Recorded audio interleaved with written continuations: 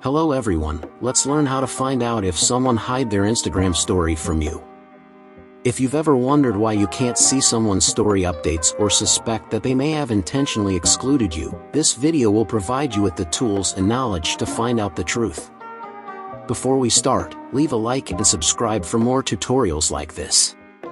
First, let's open Instagram app on your device. Then I'm going to search for my other Instagram account. I'm already posted a story on this account, but I'm hide story from so you can see doesn't have story on this profile.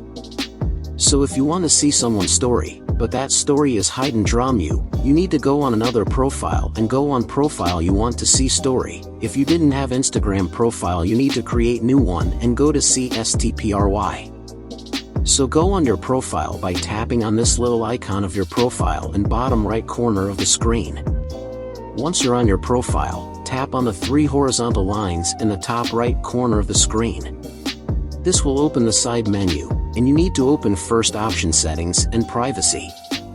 Next, scroll down and go on another account. I already have one, so go on it. When you do that, go on search bar and type nickname of person you want to see story, and see story. So thanks for watching, see you in the next video, goodbye.